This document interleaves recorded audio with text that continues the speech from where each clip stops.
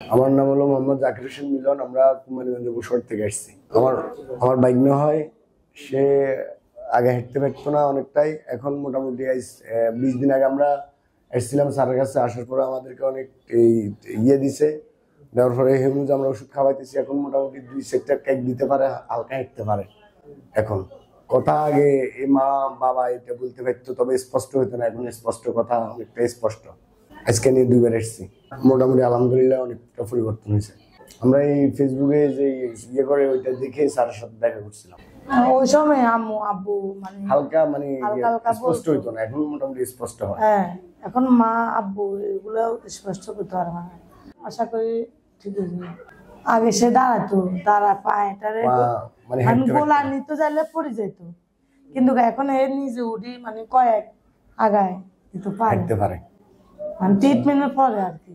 আমরা জীবন আলো হাসপাতালে স্যার ইমাম হোসেন স্যারের দেখাইছি। হ্যাঁ, সময় নিয়ে রুগী দেখে, উনি কথা শুনে এবং উনি ওনার কথাও ভালো লাগে।